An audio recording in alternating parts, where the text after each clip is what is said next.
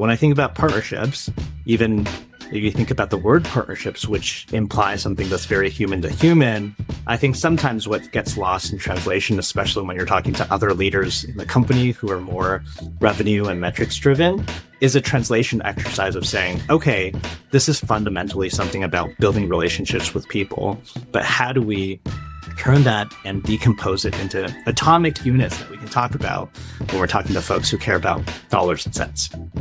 This is Get It Together, the podcast where partnership and go-to-market leaders share the real stories behind programs they've built and scaled.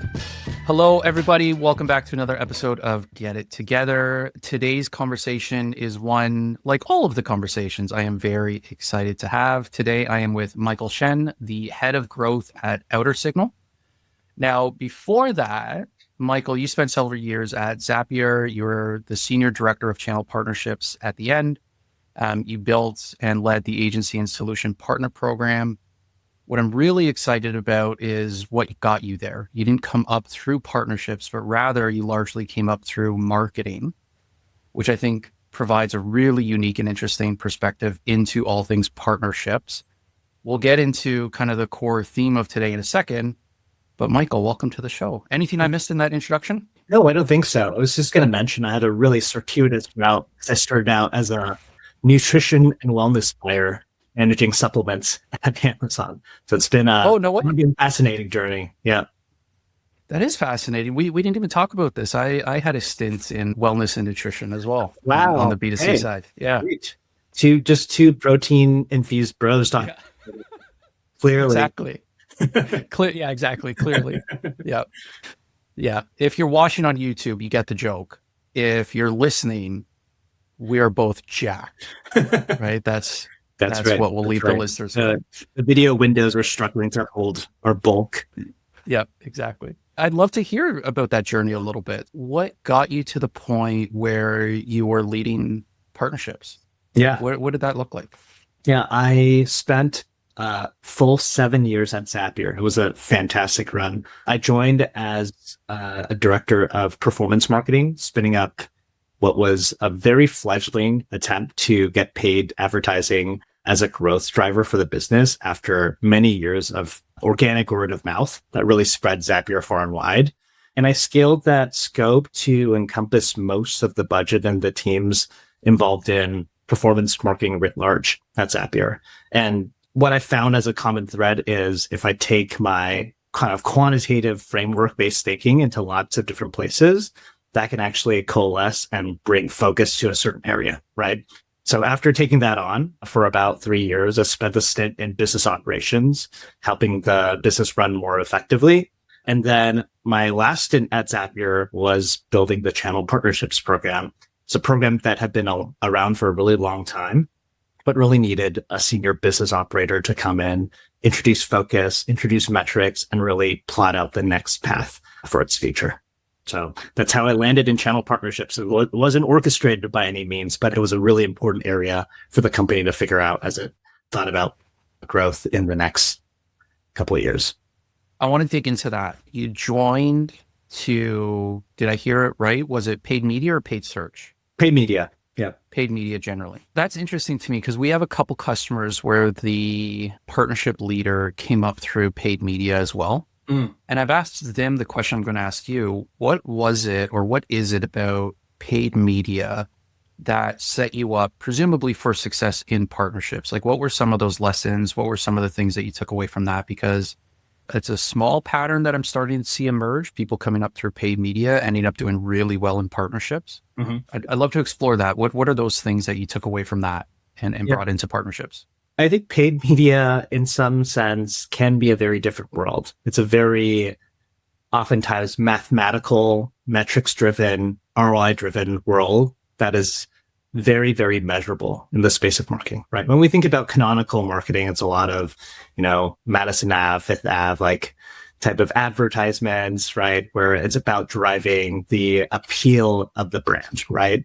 And I think in this new era of paid media, especially online, there's so much more technology fueling your ability as a marketer to understand whether your efforts are actually paying off. right? And so if you're in the trenches, having to use the tools that justify whether your money is being spent in the right way, you develop a lot of logical, framework-driven thinking that help you apply that to places that maybe on the surface feel much more relationship-oriented, but oftentimes can have a more rigorous approach to figuring out how to invest your time and energy.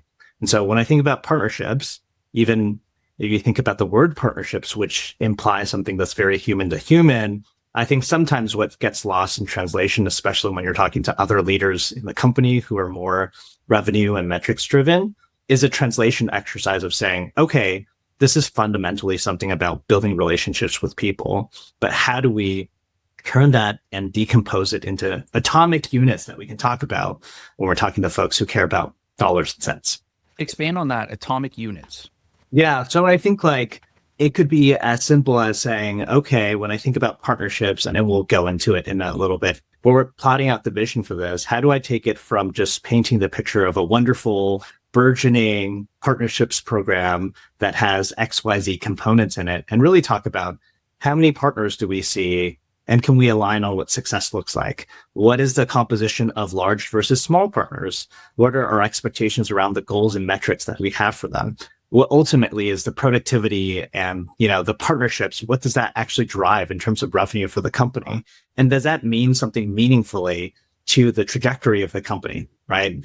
Those are atomic units of measurement and of financial forecasting that I oftentimes had to talk about when talking about paid media, when decomposing it into different channels and capturing the flow from somebody visiting the site all the way down to a conversion. That when we think about partnerships, I think oftentimes we don't immediately plot the same kind of framework onto partnerships just because it feels much more loose in relationship, right? And so atomic units is more of, I think, a fancy way of saying, hey, how do we really break it down into numbers, right? If we're talking about using partnerships as a lever for growth. And so making that shift, you mentioned the partner org at the time maybe needed a little bit more stewardship and senior leadership. You just mentioned how you think about those atomic units a little bit. I'm assuming that played a role into, how you evolve the function. Yeah. But let's maybe talk a little bit more about stepping into that role. What were the initial things that you observed that suggested there needed to be an evolution? Mm-hmm. How did you prioritize where you thought about spending your time? Mm. And I ask this question because, a lot of folks in partnerships, yes, they grew up in partnerships, but in a lot of cases, they grew up in a single partner type. Mm. And that's sort of all they know. Mm. And then they find themselves taking on a larger partner program that maybe has multiple, partner types, and they're struggling to figure out where to start. I get the sense you take a very first principles view on a lot of this. Yeah. So what did that look like? How did you kind of step into that role? And what did the first, call it? I'm not a big fan of 30, 60, 90 day plans because I think it's like, day 1 plan, day 5 plan, day 10 plan if you're moving really fast. Yeah. But like, what did that initial couple of weeks look like? I can maybe talk about the two things that come to mind and go from there.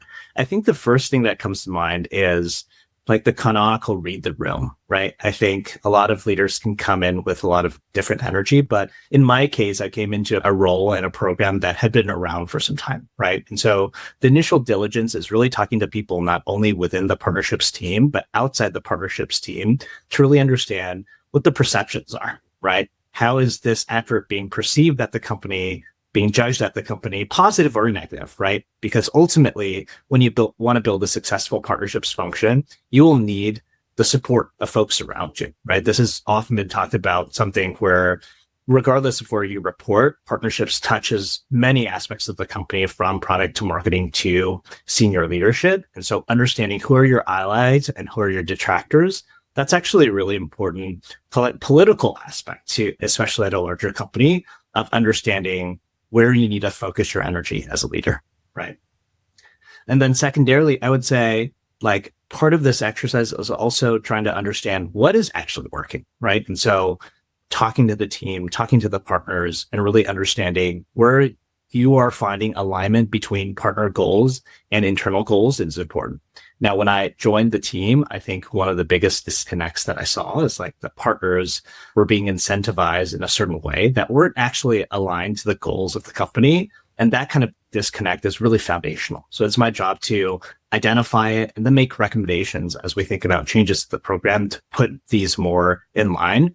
Otherwise, you could be spending lots of your time going after specific goals and objectives and motivating your partners in a certain way that actually doesn't affect how they're seen or how their impact is seen within the organization.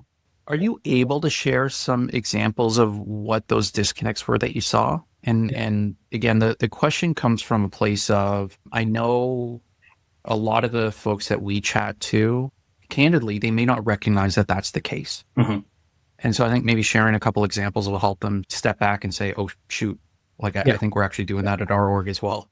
Yeah, my very simple framing of the situation that I saw going into the channel partner program or the expert program at Zapier is when I joined the team, the main incentive and metric of success for these partners was the amount of, call it Zapier contract value that they were managing, right? And the disconnect that I immediately sussed out was we're in a path where a lot of initiatives were being scrutinized for how much growth and revenue they were bringing to the company, right? So immediately there, you have a pretty big disconnect between metrics like, hey, how much of existing Zapier usage is being managed, as well as other, I think, call it vanity metrics of like amount of engagement and community. These are, I'm saying it in air quotes because I do believe they are important, but ultimately you need the foundational element of, okay, if we're trying to drive growth to this program and many of the programs at this company are being scrutinized for their ability to drive growth, well, that is the first component we need to get stable and in line before we can work on some of these other things that are contributing, right? And I think there is a temptation and sometimes a defensiveness in saying, hey, look, our partners are doing XYZ. They're contributing in so many different ways. But ultimately, if we don't get to the root cause of, hey, are they contributing in the ways that are being valued by the organization and its goals? And if the answer is no, then a lot of that stuff can be swept under the rug, or there can oftentimes be this constant tension where the partnerships team and the partners feel unappreciated for what they do because there's not this open dialogue about, hey, like we may be optimizing for the wrong things, right? I love that. When we were chatting a little bit earlier before we got into recording, you had alluded to, or maybe I put the words in your mouth, sometimes partnership folks can struggle to explain their impact in terms that the rest of the business kind of understands and even to a certain degree kind of respects. A lot of what you just talked about, right? So aligning to what's important to the business. Why do you think that is? What have you observed? And what is that internal potential resistance to what partner teams are reporting on? What does that end up leading to as my dog enters the room? A grand entrance, announcing entrance, yeah. This is maybe as a callback to my experience in paid media, right?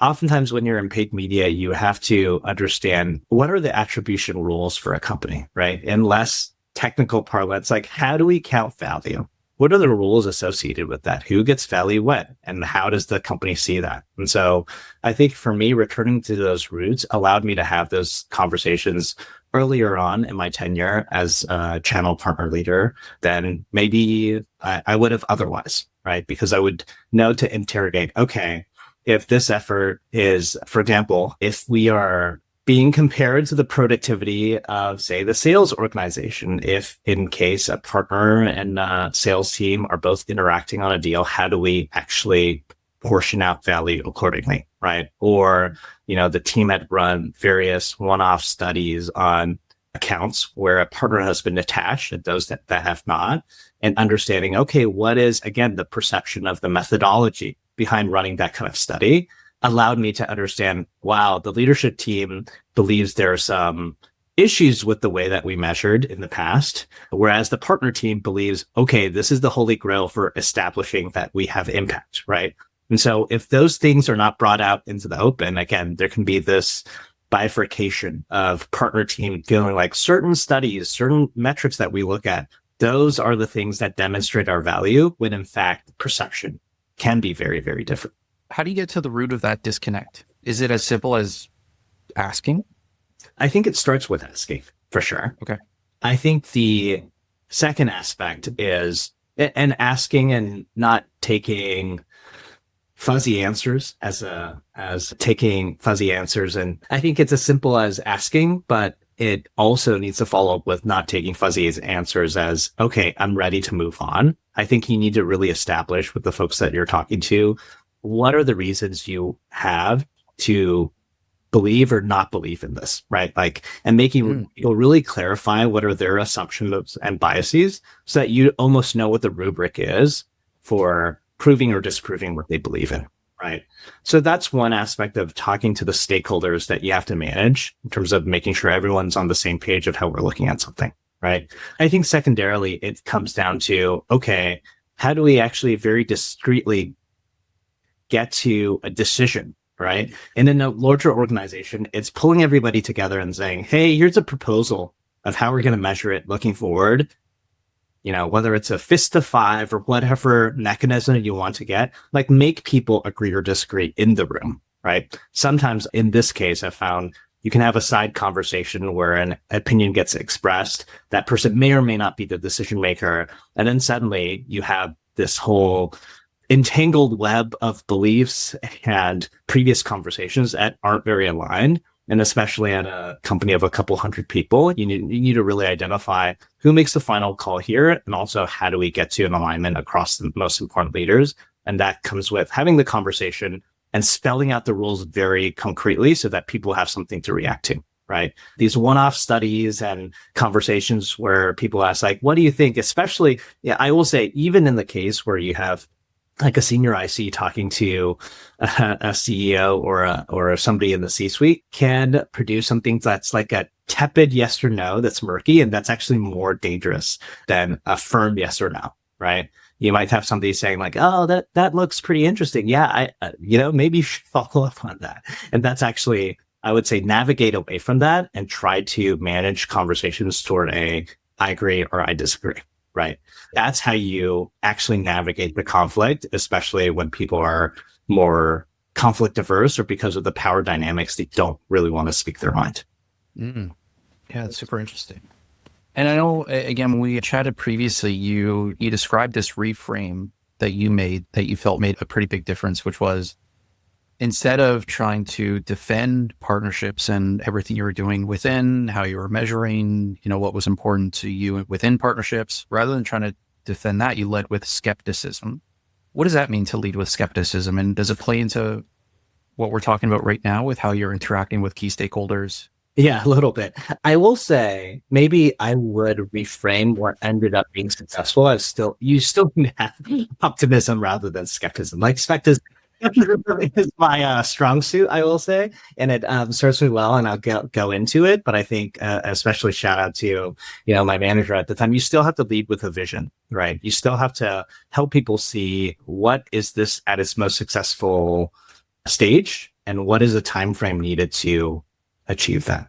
And so, the most important conversation in the early days was actually painting that vision and saying, "Hey, we as an organization want to get to this crazy goal, right? A crazy ambitious goal as a company. Where does this slot in? And do we have a shared ambition about how big this needs to be as part of that shared goal?" So you're caught up in the groundswell of everything that's funneling toward that goal rather than being the small, motley crew that's operating a skunk works project on the side, which I think can be the elephant graveyard of partnership teams, right? So sharing that vision and making sure it's aligned to the company vision, I think it is really important to have.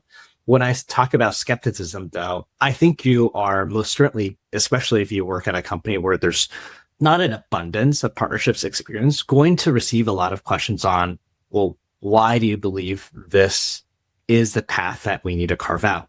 And that's where preemptively having some skepticism about your own plan is the way to test your own biases and assumptions around what needs to be true, so that when you're representing this to senior leaders, you're not just coming in with pure optimism and verve and saying, everything will be sunshine and rainbows at the end of this path, but you're anticipating some of the doubts and the probing questions that they have. So you seem better prepared, but you've also thought through what the implications are. So, when I talk about skepticism, it's also not from a standpoint of like purely like, why shouldn't this work? But what would have to be true for this to work, right? What are the assumptions going into this? How have you modeled this, right? And these are things that, are part of the toolkit for being able to, again, talk to different people who think about things in different ways. I really think about success as being able to speak the language of the person that you're talking to.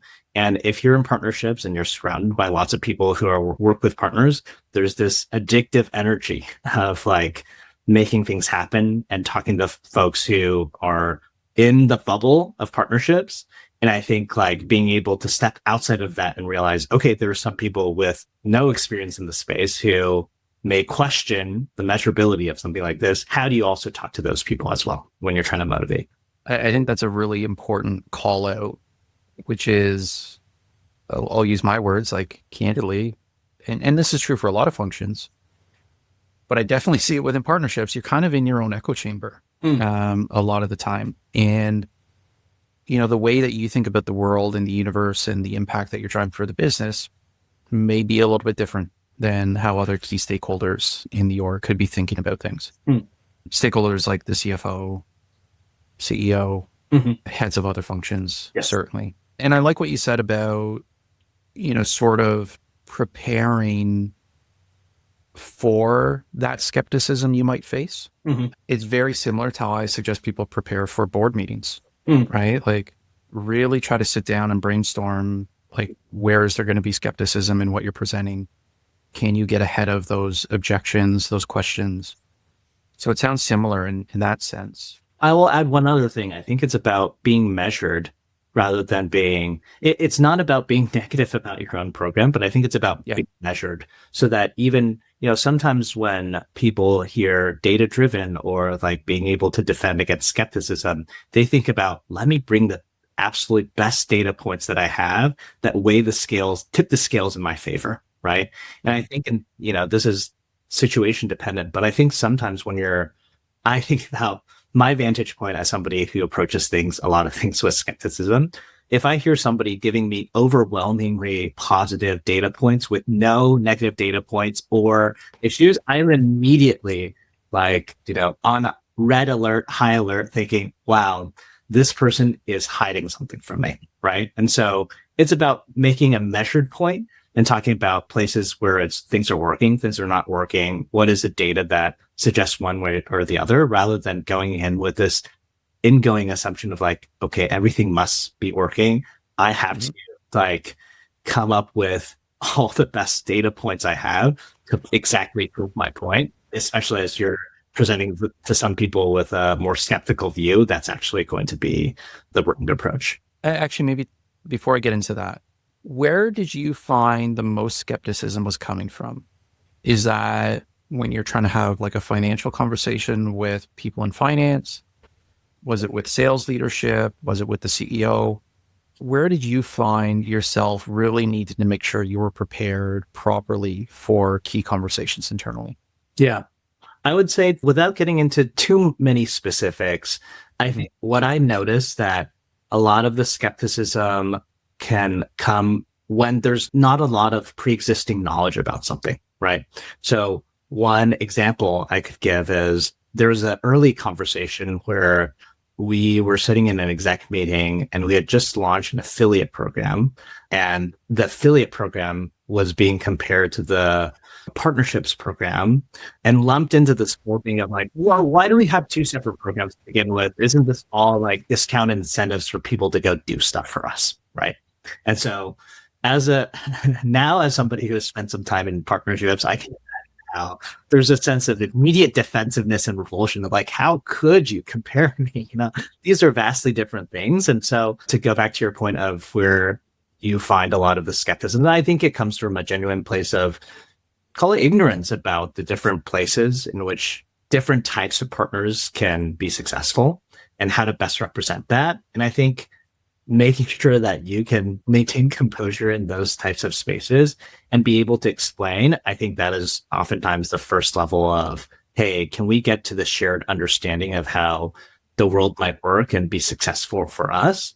And I think one coaching point that's been successful for me is remember that the skepticism isn't generally about you as a person, but really about the business. And so how can you abstract that away and say, okay, how do I help this person, whoever may be skeptical, understand in their own terms, like how this partnership's effort can be successful in driving the business?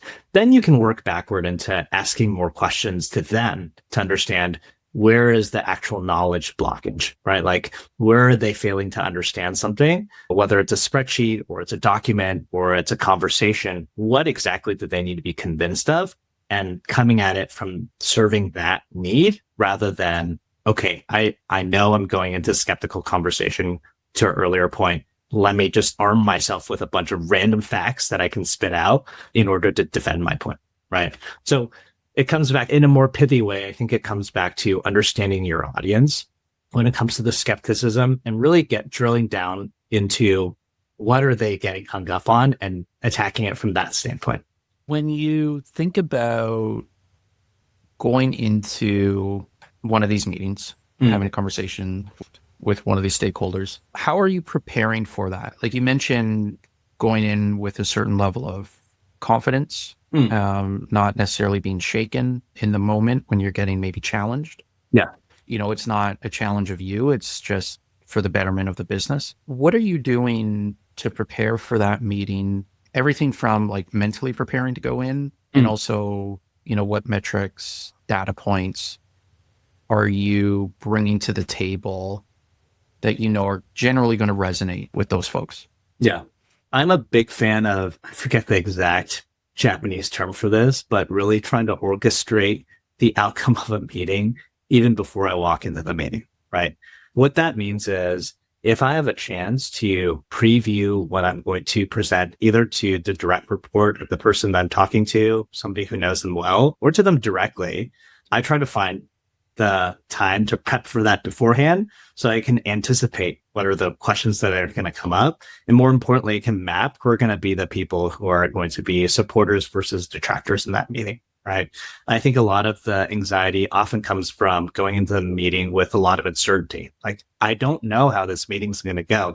I don't know how this person's going to react. And as a person who really hates uncertainty, I try to do everything in my power to reduce that down to as little as possible. So that's number one. That's a lot of like prep work that goes into it beforehand. You don't have to take it on yourself. I think you have to know who are the people, if not the direct connection that I have to the person, who know those people and can plan with me. So finding your allies before the meeting to do prep work with you, I think is super helpful. Can I pause on that one for a second? Yes. I agree completely. And again, I'll draw a parallel to presenting to the board.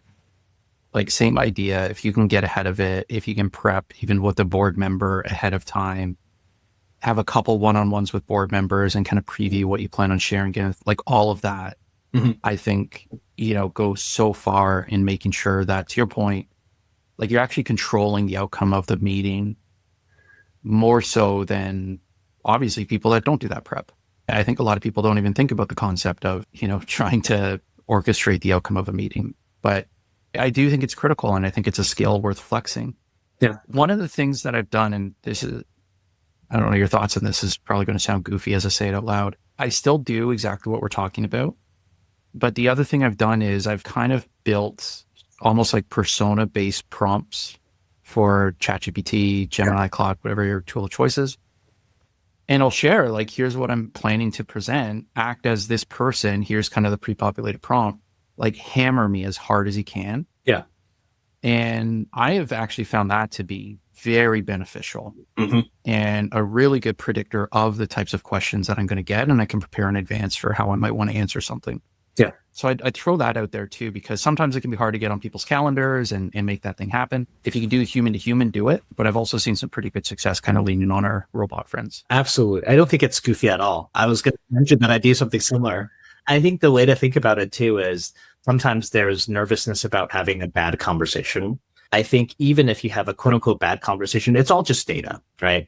I think what you need at Zapier, what was great is we had broad visibility across lots of the big decisions and docs that were being mentioned. So you can actually see the comments from folks, from execs or the people that you're talking about across lots of other decisions and use that to feed the model or the chatbot or whatever you have built. A lot of organizations use meeting recordings and transcripts these days, which could also be fed in. And so the more data that you can collect, you can't get down to, hey, what does this person get triggered by? What do they get excited by? And really knowing that going into the conversation and having a couple cracks at it, I think it's an absolutely fantastic idea to make sure you're not guessing at the types of conversations you have, right? I will go back and clarify that. I think orchestrating the outcome of a meeting must have, like mental and psychological manipulation, because I feel like it can be construed that way. In which case, I'm really good at manipulation. I think it comes down to how do you understand the people, right? And presumably you don't need to have a meeting. Everybody talks about like this meeting could be an email, and maybe there's a feature where it's like, hey, if I understand how this person is going to respond and what they care about deeply, and I can actually do that mental work beforehand. I've had meetings where it's like, okay, you address all my concerns. Like, I think we're done here after 10 minutes, right? That is actually the outcome of the meeting that you want, where it's like, hey, some part of this is a negotiation. Some part of it is your strong point of view, while letting people know, like, here are the boundaries and here's what we can do to keep moving forward. And ultimately, you're trying to drive to a recommendation of what's best for the business. And so clearing those hurdles and making progress, that's ultimately what matters to your partners and your customers. The meeting itself is like kind of a ritual to get you to that point. But yeah, the more prep work that you can do beforehand, it's all in service of how do we do better for our customers and partners. I completely agree. Much better said than let's try to manipulate our way to success. Strings, yeah. But no, you're right. Like I think it's not about trickery in trying to get an undeserved outcome from a meeting. It is in service of the business and making that meeting as efficient as possible by making sure that you're properly prepared. Yeah. I don't think you're trying to artificially work your way towards an outcome that isn't the ideal outcome for the business. I think it is making sure that you have a good conversation in that meeting. And where I'm going with that is I've been in meetings, board level meetings, executive meetings, where that prep doesn't happen. And now all of a sudden, what should be a 15-minute conversation is a 90-minute conversation that is tension filled. It can get unnecessarily heated. Like all of these sometimes. Meandering. Yeah. All of these things can be avoided if there's a little bit more prep ahead of time. And I think that is the best outcome for the business if you're trying to operate that way. Yeah. So we were talking about basically what metrics or data points are you bringing to the table when you're having meetings with senior stakeholders? We talked about the importance of maybe previewing some of what you plan to present. Yeah. Once you've done that, like consistently, what are the things that you're sharing, that you're bringing to the table that you have found to resonate with that senior leadership? Yeah, I think it goes back to what are the metrics that the company cares about, right? So if the company cares about revenue in a specific segment, well, you better make sure that you are measuring your impact on revenue to that specific segment or geo or part of the market as opposed to something else, right? Like in that context, activity on Reddit or in our community is, a secondary or tertiary metric, right? And making sure that we highlight what's most important to the company. I think it's the fast and simple rule, right? In addition to that, it's not only what is the contribution, but how are you changing the inflection of the growth curve? So what are the 2 or 3 big things that you are doing specifically to move that metric, right? I think we can oftentimes, myself included, conflate activity with impact. And so what you want to make sure there's a clear tie to is like, how are you spending your time as an investment on behalf of the business to drive the metrics that matter? That's ultimately all that matters. You want to make sure that narrative and that effort is super closely tied. Everything else is a nice to have. Completely agreed. Yeah, I've talked to other partner leaders that have been quite successful, and they all share the same sentiment, which is, what is the language of the business? And how do you align to that language? Yes. Yeah. Typically, it's a financial language. Mm-hmm. But the critical part is figure out how the business speaks, what's important to them, align to that. Yeah. No surprise, the partner leaders that I speak with that haven't necessarily seen the career success of those folks, they tend to do the opposite. They tend to think, well, why should I meet the business where they're at? Why can't the business speak my language? They don't understand partnerships. Why don't they understand how this is so important? Yeah. It's like, well, let's chill out for a second, right? I think it's pretty critical that you meet the business where the business is at, not the other way around. So I would certainly see that. I see that as a trend across our customer base. Yeah. I would say it's also like, it's a function of how large and important partnerships as a part of the business, right? There's a harsh reality of partnerships is not a huge part of the business, that you don't have a lot of leverage to say, hey, let me dictate what's the cadence of the business and what the language is in terms of how we operate. And there are orgs in which that may be the case, right? And so it's about, I think, also aligning what your personal interest is. If you're interested in building something from a small component to a large component, part of that process is learning the business and then molding things in that vision. And then once you get to a certain size of operation, then I think things will be a little bit more two-sided, right? But that initial process may be one-sided. And if that's something you're not interested in doing, I think like maybe you might want to join a very established partnerships team then, right? Where they're actually, there are orgs where partnerships drives 90% of the revenue. And I'm pretty sure, I haven't been part of one of those teams, but I'm pretty sure they also drive the language of the business, and their investments are the company's investments by default, right? I think sometimes it's an alignment of like what you're really looking for when you talk about like what types of skills you want to build and what kind of experiences you want. And I think we may have already answered this, but I want to ask it directly. Coming up through a non-traditional path into partnerships, based on everything you've learned, but all the things that you've also observed, what would you recommend somebody that has come up through partnerships? What are the things that they need to unlearn to really be successful? What are the things that they have to unlearn? Have you ever observed sort of bad habits? I mean, one of the things that we've just talked about as an example would be, you're not speaking the language of the business, you're speaking the language of partnerships. There's a disconnect there. You got to meet the business where they're at. Are there any other examples of things like that where you almost need to like unlearn what you've been taught in partnerships and kind of rebuild back up? I would say it's maybe one thing that I would recommend is to talk to more skeptics, because if you are surrounded by folks who are passionate about partnerships day in and day out, I don't think they will challenge your assumptions as much as people who don't understand as much and maybe have fundamentally different questions about how things operate, right? Talk to people like me, basically. But I think like really understanding the first principles for why things should be allows you to continue to operate in the same way, but have much more of a rigorous way and a way to translate your belief systems to everybody else who isn't in partnerships, right?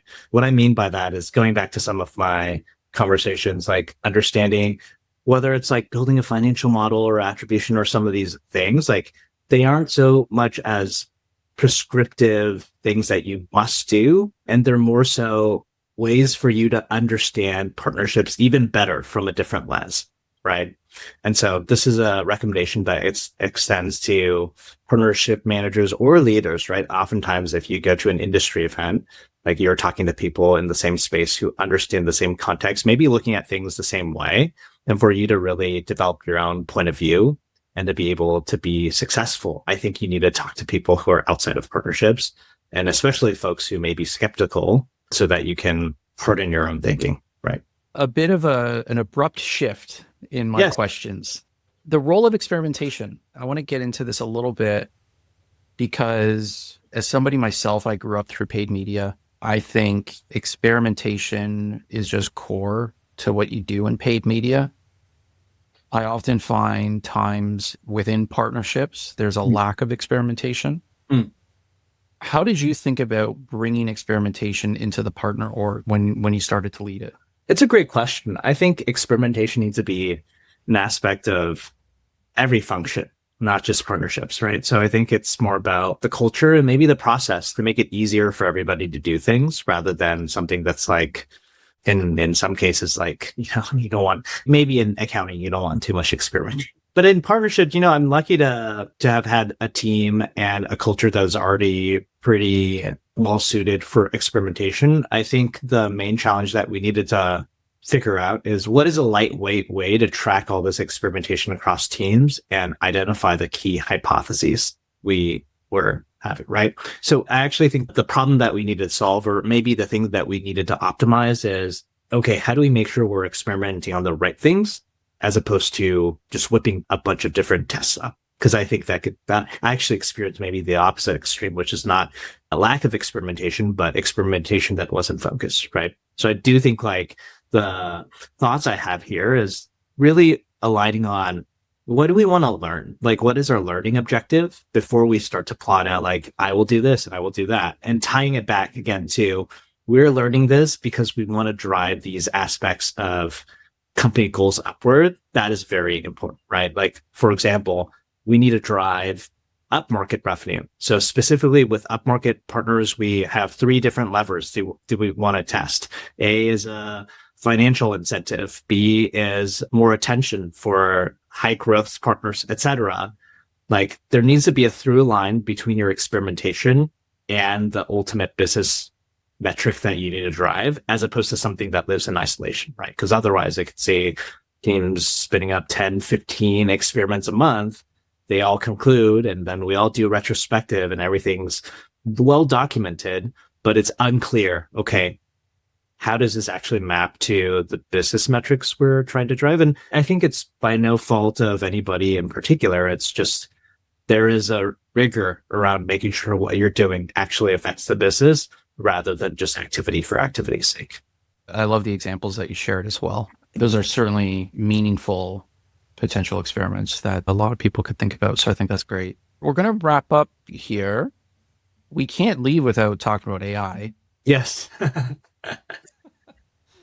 What is your perspective on the role of AI within partnerships, within growth? There's so much, commentary obviously on LinkedIn, some, more sound than others. Yeah. Do you have a perspective on where all things growth is going with the advent of AI? I'm very wary of throwing another opinion into the mix, but maybe I'll talk about it from a standpoint of somebody who at one point was consuming a lot of these opinions and finding it quite overwhelming. I think that's an opinion that's resonant with a lot of the silent majority that's out there, right? The people who aren't hawking their vibe good AI solution or introducing some hot take about how some existential crisis is going to take over. Also, I will say about a year and a half ago, maybe I was quite skeptical about the role. And I think I've converted especially over the course of the last 6 months between my experience at Zapier and also at OuterSignal as well. As both somebody who has managed teams and been an IC, I will say the best way to develop your own point of view is actually to get your hands dirty. There have been many times where I've looked at a post with some degree of skepticism, and then either my doubts were confirmed or actually rejected by actually testing things in person. And especially with how rapidly things are moving, I think finding something to do, something to practice every single day will help refine your skills and help you not only be able to handle the volume of hot takes that are coming, which I don't recommend you read a ton of that, but also develop your own skill set, which is the most important thing to do in this time frame. Some of the exciting things I've had to do at OuterSignal that, have made me more AI pilled, so to speak, is, I think there, especially at smaller companies, there's less of a translation exercise between your thought and actually implementing it. And so I've been making changes to the website, to, specific programs, to specific site experiences purely through like iterating and creating a first draft with AI and then working with one of the engineers on the team to get it live within days. Right. And that kind of power has never been at my fingertips as somebody who has not done a lot of graphic design or copywriting, etc., but being able to be in conversation for most of the day and to be able to ship these things within days has been very empowering as somebody who often thought like, hey, these are tasks that are delegated to a very specialized team that need to go through a certain level of approvals, right? And although we are a company that's 15, I do think like this is definitely starting to be translated in orgs that are much larger than ours, where there's empowerment of people and the adoption of the tools and the pace at which things are moving means that you can go build by yourself and get things shipped by yourself. That's my number one recommendation, both for ICs and more especially managers. I think it's very easy for somebody who manages especially large teams to be like, I read this take, go investigate it, right? And being on the receiving end of that is terrible. I think in some cases you need to develop your own. You'll be a much more effective leader if you are also able to build by yourself and then be able to sort through and say, okay, which of these technologies are bunk and which of these are going to be empowering for me. So yeah, in short, go forth and build, I think is the number one thing that I've learned. And I think it has made it really empowering and easier to take all of this information in and develop my own point of view on what works. I love it. Could not agree more. I think you just got to get your hands on it, to your point. Yes. Yeah. This was awesome. Michael, thank you so much for the time. I think there's a lot of value in here that people are going to take away. If people wanted to get in touch, learn more about OuterSignal, just follow up with questions, how might they do that? Yeah, you can feel free to link with me on LinkedIn. I'm Michael-Shen on LinkedIn. If you want to learn more about OuterSignal, we're a customer intelligence platform that helps people really understand who's buying. Super interesting product. Come check us out at outersignal.com. Awesome. I love it. Michael, thank you so much. Appreciate the time. Okay. Thank you, Tyler. Thanks for listening to Get It Together. If you want more resources to help you build and scale your partnership program, be sure to follow us on your favorite podcast app. And get more proven tips and tools at partnerstack.com/getittogether.